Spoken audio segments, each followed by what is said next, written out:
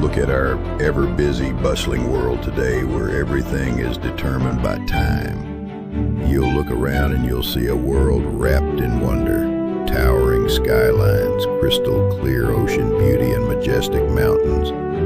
From the quiet luxury of a vineyard at dusk to the hum of cinematic crossing oceans, there is undeniable beauty and comfort in what humanity has built.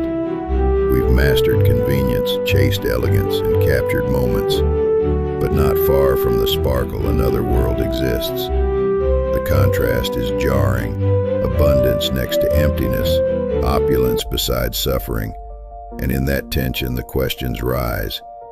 But the true storm was within us. War begins with a spark, an argument, a border, a thirst for power. But it ends in silence, in the ashes of cities, in the eyes of children who no longer cry. While the world counts bullets, another enemy creeps in. Famine, quiet and cruel. Not with explosions, but with emptiness. Empty fields, empty bowls, empty futures.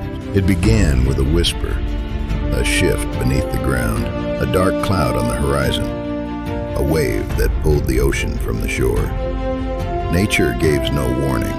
The world holds secrets beneath its surface, quiet whispers of power waiting to awaken. A sudden rumble shakes the ground. A fierce wind tears through the sky. Waters rise without mercy. In moments, nature's fury can transform the familiar into the unrecognizable. Homes are lost. Lives are changed forever.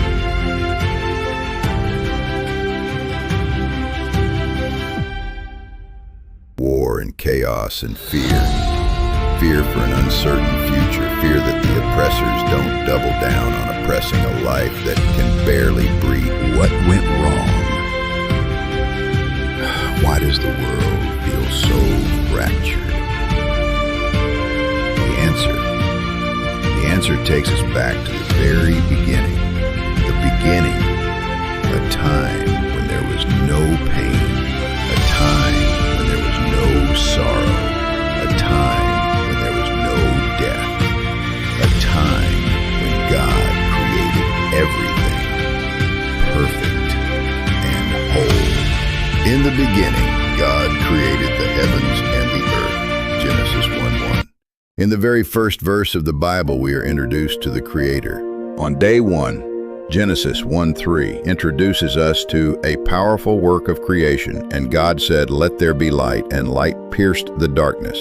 On day 2, in Genesis 1:6-8, God continues to show His wondrous act in creating the world, and created the sky, and He separated the waters above from the waters below, establishing the atmosphere and weather systems.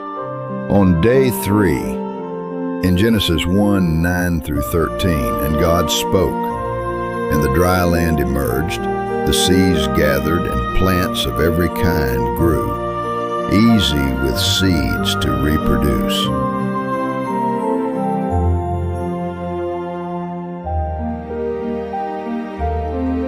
On day 4.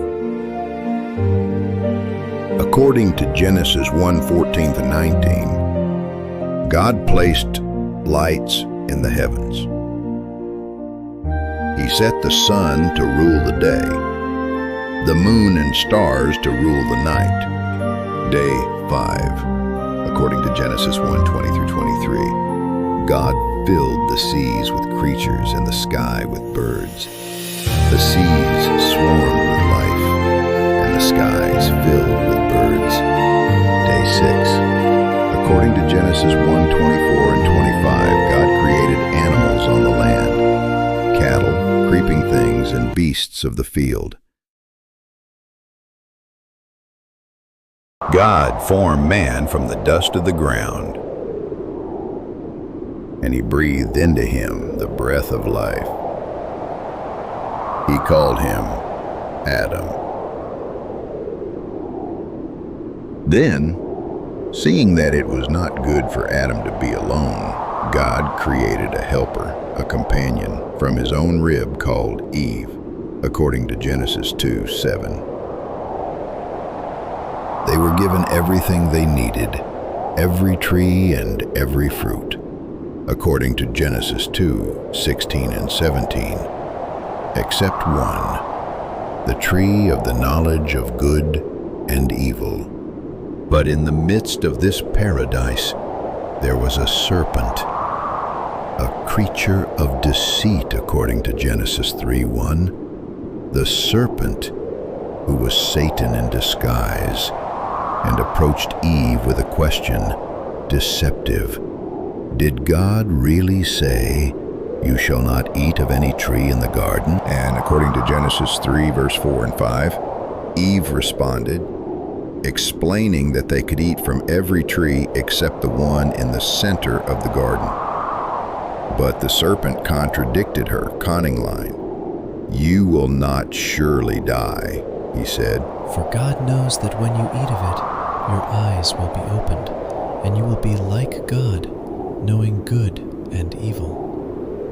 When according to Genesis 3:6, doubt began to creep in. Eve saw that the fruit was good for food, pleasing to the eye, and desirable for gaining wisdom. She took it, ate it, and gave some to Adam, who was with her. They both ate, and instantly their eyes were opened. And instantly everything changed. Their innocence was lost. They realized they were naked, and they felt shame. They tried to cover themselves with fig leaves and hide from God. God confronted them with their disobedience. Adam blamed Eve, Eve blamed the serpent, and so the consequences of their actions were set in motion. But even in the midst of judgment, God made a promise. He told the serpent that the offspring of the woman would one day crush his head, though the serpent would strike his heel in Genesis 3:15. This is the first hint of God's plan of redemption, a plan that would be fully realized in the person of Jesus Christ. From that point on, humanity's story became one of seeking restoration. The brokenness of the fall echoed through history, but the hope of redemption also shone through.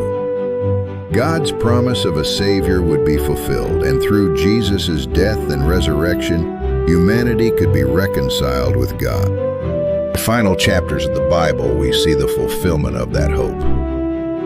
In Revelation 21, 1 through 4. Then I saw a new heaven and a new earth, for the first heaven and the first earth had passed away. God will restore what was lost in Eden. He will wipe away every tear, and death will be no more. The story of creation is not just about how the world began. It's about how the world will be made new.